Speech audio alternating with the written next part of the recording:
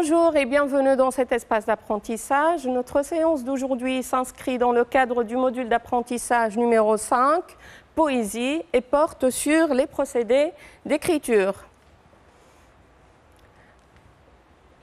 Alors, on commence par présenter les objectifs de la séance. Premier objectif, identifier les figures de style du module 5 et en expliquer l'emploi. Nous allons voir la gradation, l'anaphore, la périphrase et l'euphémisme. Deuxième objectif, nous allons identifier et analyser d'autres procédés d'écriture, lexicaux, syntaxiques et stylistiques. Et troisième objectif, nous allons étudier l'effet des procédés prosodiques dans un texte poétique. Alors, qu'est-ce qu'une figure de style? Qu'est-ce qu'un procédé d'écriture? Nous allons essayer de définir ces notions. Alors, figure veut dire image. Le style, c'est la manière d'écrire. Figure de style, appelée aussi figure de rhétorique ou figure de discours, c'est une manière d'écrire qui s'écarte de l'usage ordinaire de la langue. Elle retient l'attention du récepteur et donne une expressivité particulière aux propos. Alors, pour procéder d'écriture, c'est un moyen d'expression dont il est possible de tirer du sens ou de dégager un effet. Et les procédés d'écriture dépassent le cadre restreint des figures de style pour toucher au vocabulaire, à la syntaxe de la phrase, à l'image ou aux images et au rythme. Je vous donne un exemple. Pour affirmer qu'un repas est bon, je peux me contenter de la phrase neutre « le repas est bon », mais je peux utiliser un procédé d'écriture, une figure de style, par exemple une litote. Je dis le moins pour suggérer le plus, alors je dis « ce n'est pas mauvais » ou encore je peux utiliser une phrase exclamative, c'est un procédé syntaxique, et je dis que c'est délicieux. Alors, je commence par notre premier support. Je vous ai choisi un poème de Victor Hugo, chef de file du courant romantique et un des piliers de la poésie française. Et le poème s'intitule « La fonction du poète » et traite du thème de la poésie. Alors, je vous lis le poème. Dieu le veut, dans les temps contraires, chacun travaille et chacun sert. Malheur à qui dit à ses frères, je retourne dans le désert. Malheur à qui prend ses sandales, quand les haines et les scandales tourmentent le peuple agité. Honte au penseur qui se mutile et s'en va, chanteur inutile, par la porte de la cité. Peuple, écoutez le poète, écoutez le rêveur sacré. Dans votre nuit, sans lui complète, lui seul a le front éclairé. Alors, question. Dans ces vers, Hugo nous présente le rôle de l'écrivain, relever et expliquer deux procédés d'écriture qui rendent compte de cette fonction. Alors, l'élève est appelé à identifier deux procédés d'écriture et à expliquer leur sens. Et ces deux procédés doivent montrer la fonction ou le rôle de l'écrivain. Alors, regardons de nouveau ces vers pour reconnaître les procédés d'écriture. Alors, Victor Hugo, ici, est en train de nous présenter l'attitude de certains écrivains. Alors, que dit l'écrivain ou le penseur? Alors, le penseur dit à ses frères « Je retourne dans le désert ». Il prend après ses sandales et il s'en va par la porte de la cité. Donc, qu'est-ce qu'on remarque? On remarque une certaine progression dans l'emploi de ces verbes, le verbe retourner, prendre et s'en aller. Et cette progression au niveau des verbes traduit l'attitude de cet écrivain-là. Alors, comment on appelle ce procédé qui consiste à disposer des mots dans un ordre croissant ou parfois décroissant? Voilà, c'est une anaphore, Alors, comment on appelle le procédé qui consiste à agencer des mots dans un ordre croissant? C'est une gradation, bien sûr. Et quel est l'effet de cette gradation? Pourquoi elle est utilisée? Donc, Victor Hugo nous décrit l'attitude de ces écrivains qui choisissent la fuite ou la désertion. Donc, ils quittent leur peuple qui est en proie à l'agitation et au trouble pour choisir choisir, donc ils choisissent la fuite ou la désertion. Donc c'est une attitude démissionnaire. Alors nous allons voir l'interprétation de cette gradation. Alors, cette gradation ascendante retourne, prend ses sandales, s'en va, met en exergue l'attitude démissionnaire de l'écrivain, ce chanteur inutile qui affiche une indifférence à l'égard de son peuple en choisissant la fuite ou la désertion. Alors, nous allons chercher d'autres procédés d'écriture. Alors, regardez le troisième vers et le troisième et le cinquième vers. Malheur à qui? Malheur à qui? Victor Hugo emploie ces deux expressions au début des vers pour rendre compte de son avis concernant l'attitude de ces écrivains-là. Alors, comment on appelle ce procédé d'écriture qui consiste à répéter un mot ou un groupe de mots au début de vers ou de phrases ou de strophes? C'est une anaphore, bien sûr. Le poète emploie cette anaphore pour insister et pour montrer son avis concernant ces écrivains-là. Alors, malheur à exprime une malédiction. Le poète ou Hugo maudit tout écrivain qui décide de fuir ou décide de déserter, qui se démet de ses fonctions et qui refuse de sauver ou d'orienter son peuple. Alors, vous voyez là une deuxième anaphore, écoutez, écoutez, et elle sert aussi à insister et à montrer l'avis de Victor Hugo concernant l'attitude du poète ou de l'écrivain. Alors, la première anaphore, nous allons voir son interprétation. Alors, la reprise anaphorique malheur à qui montre la condamnation et le mépris de Hugo pour tout écrivain démissionnaire et individualiste qui manque à son devoir et qui ne se préoccupe pas des problèmes de la société. Regardons maintenant l'interprétation de la deuxième anaphore.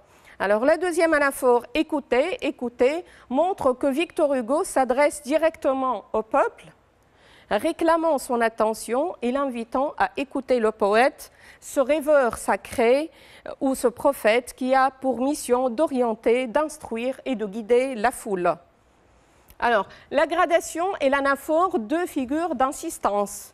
Alors, je vous rappelle la définition de la gradation, c'est la succession de mots ou de groupes de mots d'intensité croissante ou décroissante. Vous avez retourne, prend ses sandales, s'en va.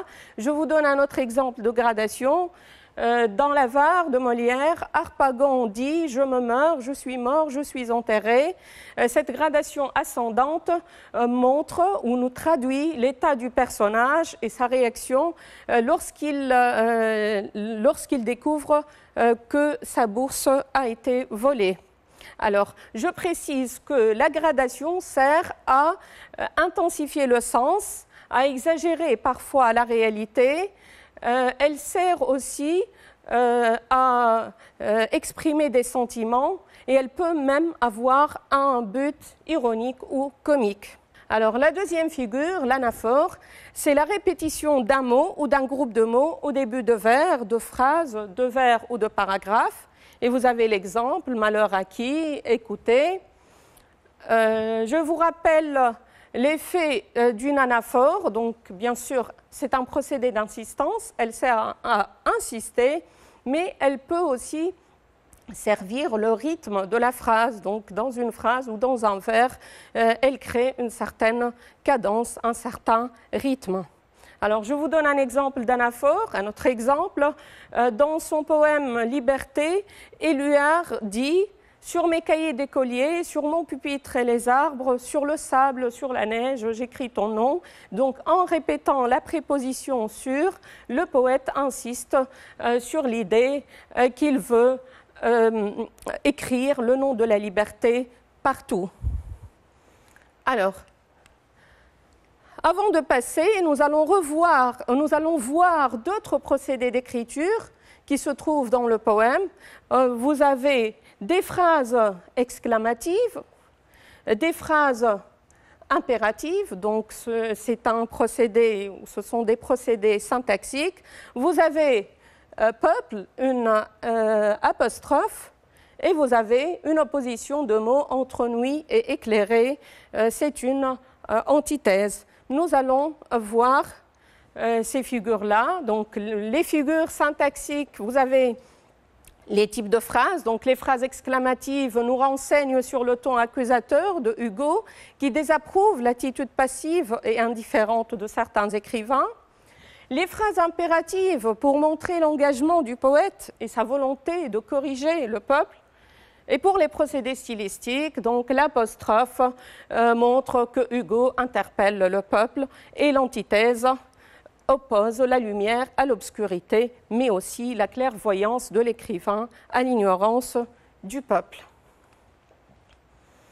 Alors, passons maintenant à notre deuxième support et nous allons voir d'autres procédés d'écriture. Alors, le poème de Victor Hugo, 3 ans après, est écrit 3 ans après la mort de sa fille Léopoldine, et c'est une réponse à son public qui lui demande de reprendre l'écriture. Je vous lis le poème. « Il est temps que je me repose, je suis terrassé par le sort, ne me parlez pas d'autre chose que des ténèbres où l'on dort. Maintenant, je veux qu'on me laisse. J'ai fini, le sort est vainqueur. Que vient-on rallumer sans cesse dans l'ombre qui m'emplit le cœur ?»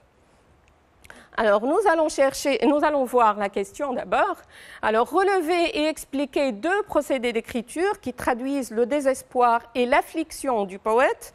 Donc, l'élève est appelé à relever 2 procédés d'écriture et qui montrent cet état ou ces sentiments du poète, donc le désespoir et l'affliction.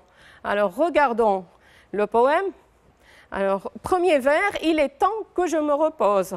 Donc, Victor Hugo emploie le verbe « se reposer » ici. Est-ce que ce verbe est à prendre dans son sens dénotatif? Premier, un simple repos. Donc, il est terrassé par le sort, il est triste, il est dans un mauvais état, et il dit « il est temps que je me repose ».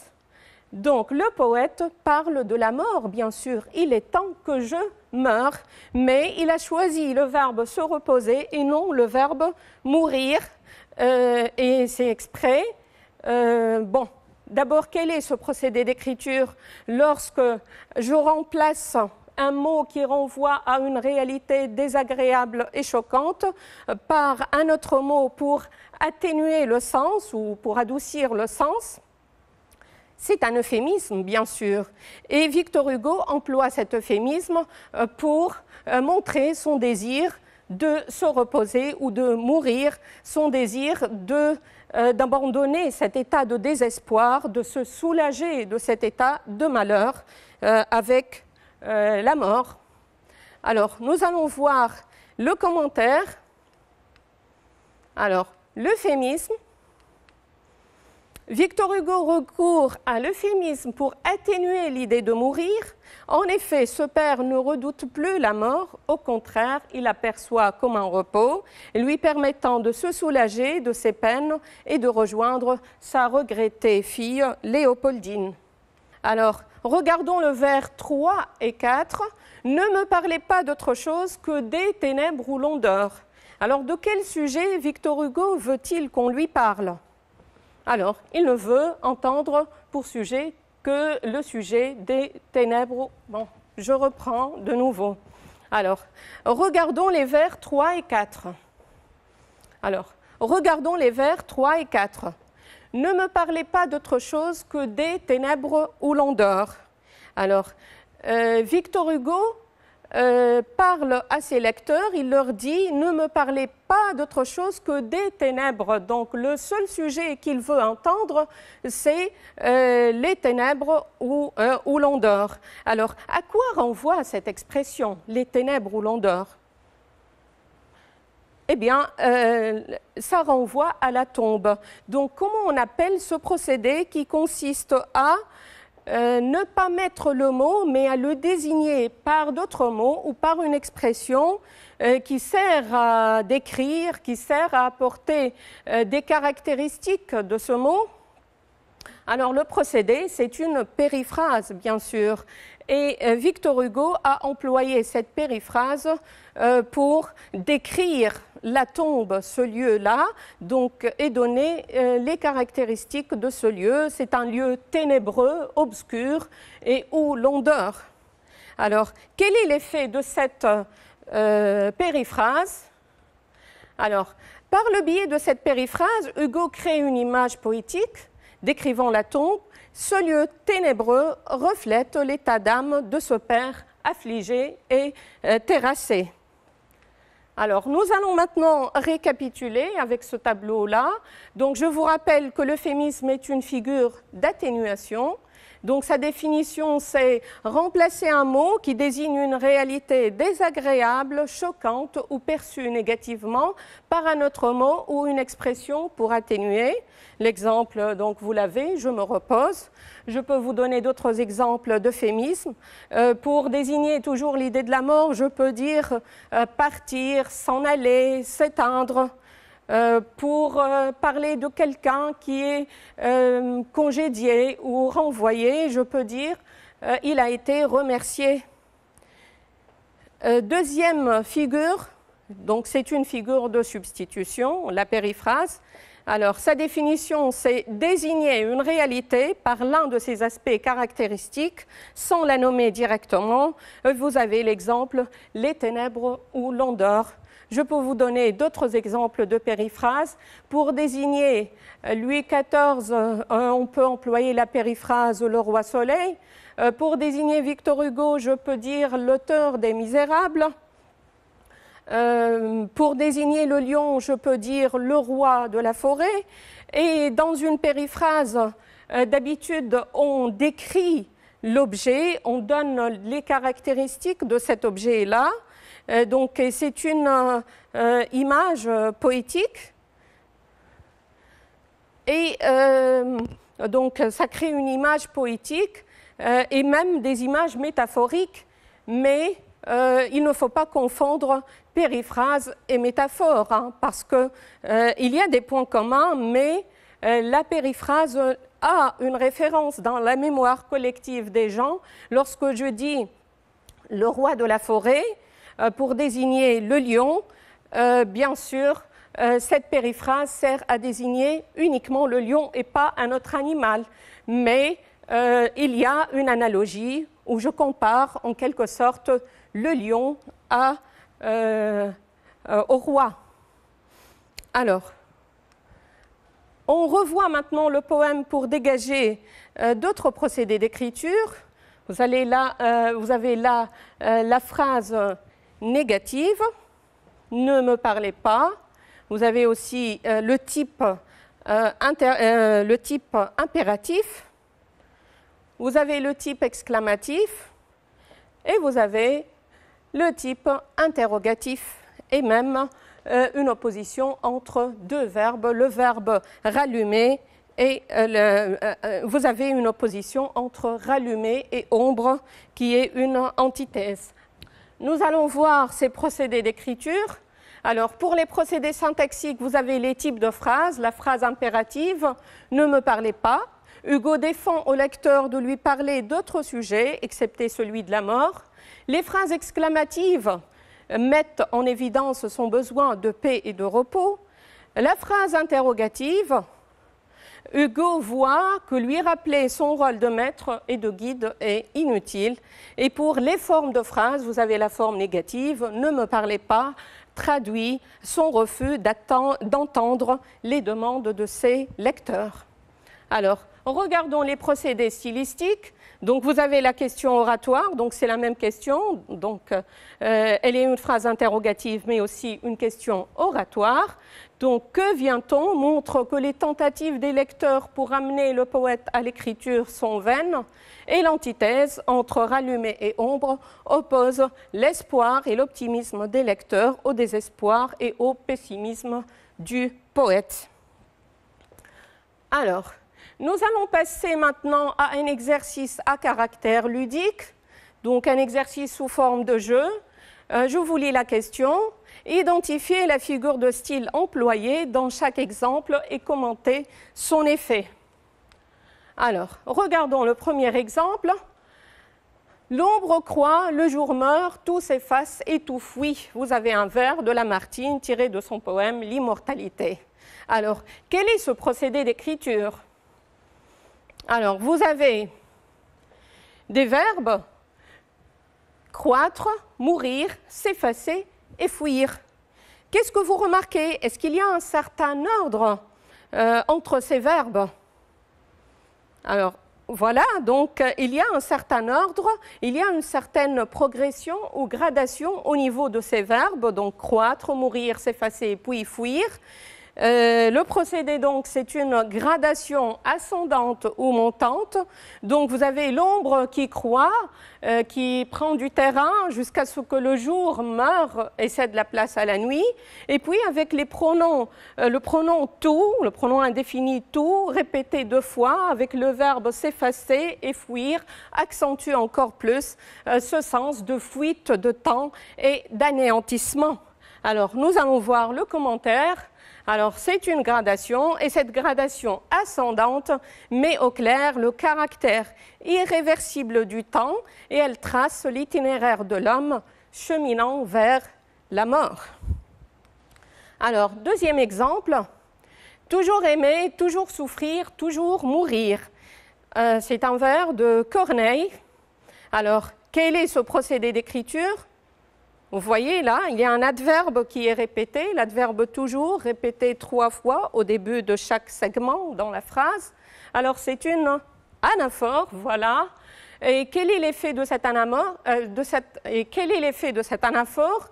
Alors, vous avez le personnage qui exprime ses sentiments. Eurydice parle à Suréna et elle exprime ses sentiments et elle montre qu'elle est prête à souffrir et à mourir pour préserver son amour ou à cause de l'amour.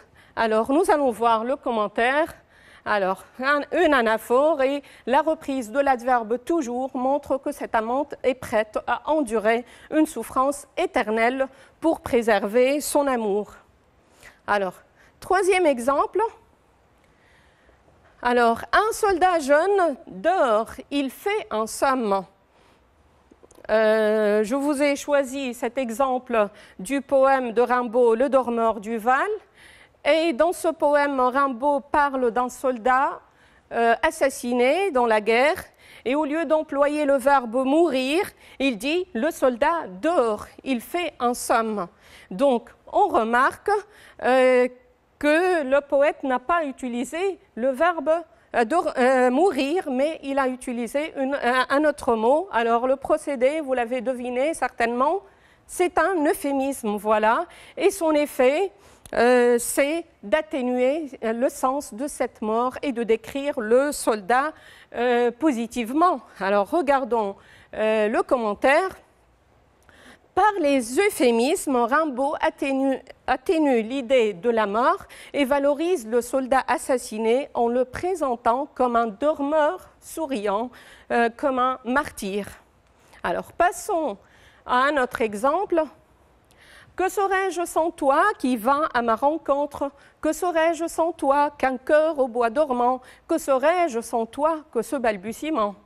Alors, regardez ces vers d'Aragon, vous avez reconnu certainement le procédé.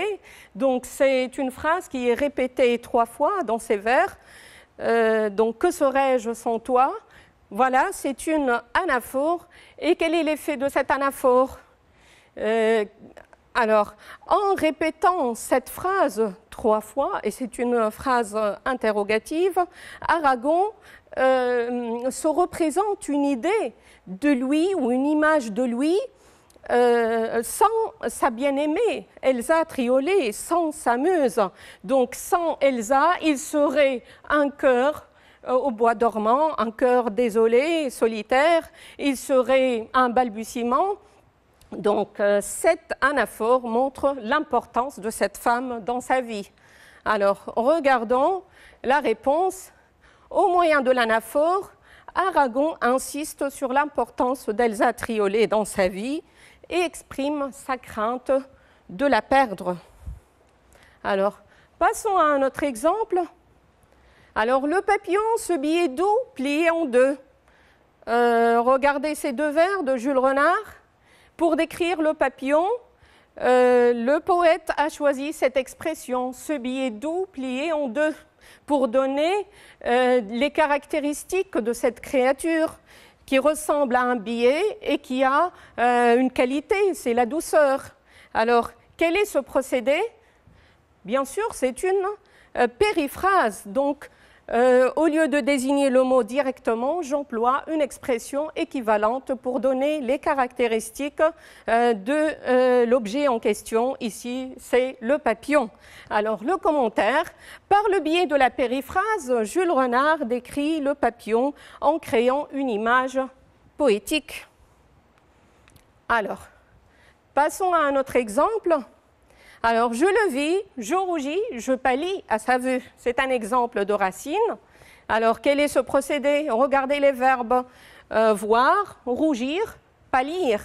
Il y a un certain ordre ou une certaine progression, une certaine gradation dans ces verbes. Donc, Phèdre, l'amante, voit Hippolyte, puis elle rougit, puis elle pâlit. Donc, on commence par le regard, puis le rougissement qui symbolise la naissance de l'amour, et puis vous avez la pâleur, le personnage est troublé à cause de l'amour, à cause du coup de foudre. Alors, le commentaire, donc c'est une gradation, et ce procédé insiste, ou ce procédé d'insistance met en relief le trouble envahissant de Phèdre à la vue d'Hippolyte. Donc, on regarde maintenant notre dernier exemple. Car de combien peut-on retarder? On regarde notre dernier exemple. Car de combien de temps peut-on retarder le voyage? C'est un vers de La Fontaine tiré de sa fable La mort et le mourant. Vous voyez là, La Fontaine a employé le mot voyage pour désigner la mort. Alors, quel est ce procédé d'écriture? Je vous rappelle, il consiste à employer un mot de sens moins fort, plus adouci, pour atténuer une réalité choquante ou perçue négativement. Alors, c'est un euphémisme, voilà, et La Fontaine emploie cet euphémisme pour dire que la mort est synonyme de voyage, c'est un passage, c'est la destinée ou le destin de toute personne. Alors, regardons le commentaire. Donc, cet euphémisme est employé pour atténuer une réalité choquante, c'est la mort, qui est perçue comme un voyage. Ce procédé sert à illustrer la morale de la fable. On doit accepter la mort. Alors, passons à notre troisième moment maintenant. Nous allons voir les procédés, certains procédés et leur effet rythmique dans un texte poétique. Alors, exercice, relevez les procédés les plus saillants dans le poème en prose de Baudelaire et expliquez leurs effets. Alors, je vous ai choisi un paragraphe du poème de Baudelaire, Un hémisphère dans une chevelure. Je vous lis le poème. Alors, dans l'océan de ta chevelure, j'entrevois un port fourmillant de chants mélancoliques, d'hommes vigoureux de toutes nations et de navires de toutes formes, découpant leurs architectures fines et compliquées sur un ciel immense où se prélasse l'éternelle chaleur. Alors, regardons de près ce paragraphe. Nous allons chercher les procédés prosodiques qui font de ce paragraphe un véritable poème.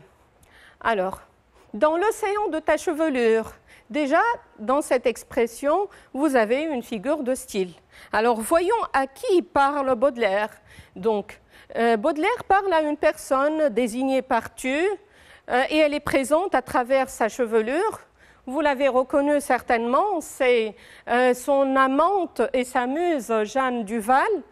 Et sa chevelure est décrite, elle est comparée à un océan. Donc, quel est ce procédé? C'est une métaphore, bien sûr, vous n'avez pas un outil de comparaison. Mais on remarque que le comparant océan est repris par d'autres termes, le mot port, le mot navire. Donc, à travers la première image, on voit d'autres images. Alors, comment on appelle cette métaphore lorsqu'on reprend le comparant par d'autres mots analogiques qui appartiennent au même champ lexical et sans reprendre le comparé? C'est une métaphore filée, bien sûr. Alors, pourquoi la métaphore filée?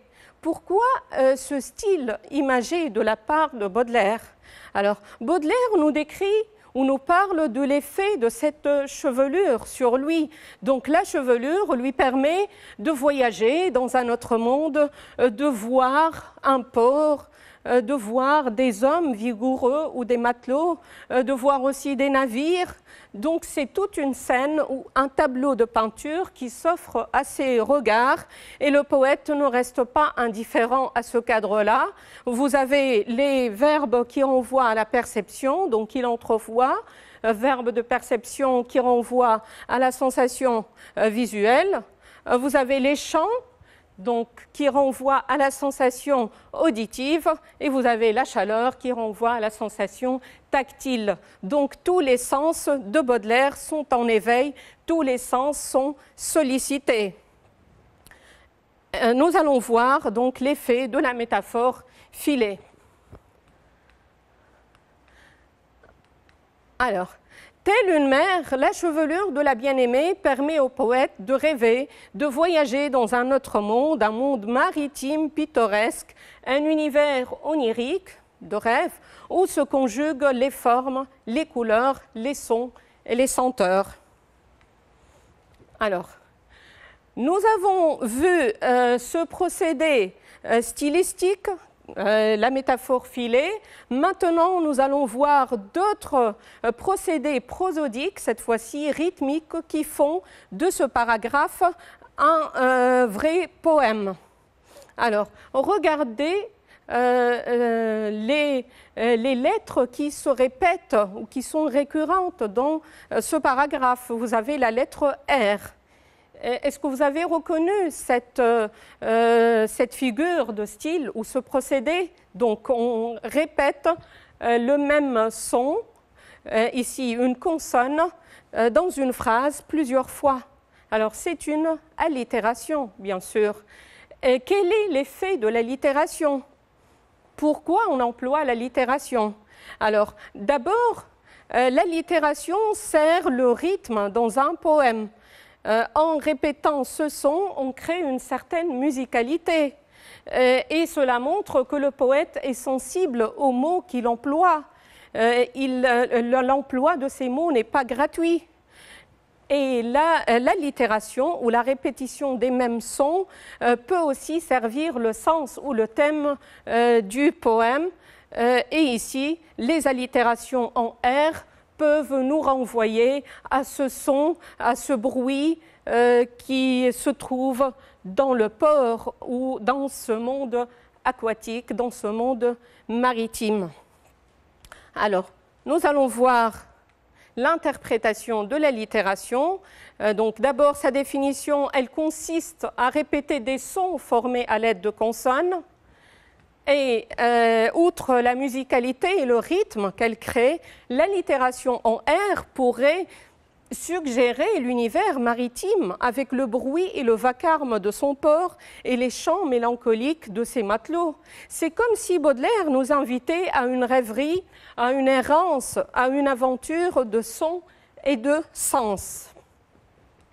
Alors, nous allons voir un autre son récurrent dans ce paragraphe. C'est le son en, c'est la répétition de cette voyelle en. Alors, comment on appelle ce procédé qui consiste à répéter un son formé de voyelles? C'est une assonance et nous allons voir son effet. La répétition du même son dans une phrase peut vous rappeler la répétition d'un son à la fin de 2 vers ou plus. Je parle de la rime, bien sûr. Et le poème de Baudelaire est un poème en prose, il n'est pas versifié, nous n'avons pas de vers, nous n'avons pas de rime, mais on remarque cette musicalité ou cette cadence dans la phrase, donc l'assonance joue le rôle d'une rime interne dans ce paragraphe. Alors, et l'assonance peut servir le sens aussi. Parfois, il est difficile d'interpréter le sens d'une allitération et d'une assonance, et parfois on peut trouver un lien entre la forme et le fond. Alors, nous allons voir la définition de l'assonance. Elle consiste à répéter les mêmes voyelles ou le même son dans une phrase ou plusieurs. Et l'assonance en joue le rôle d'une rime interne. Elle crée une cadence et un rythme au sein du paragraphe.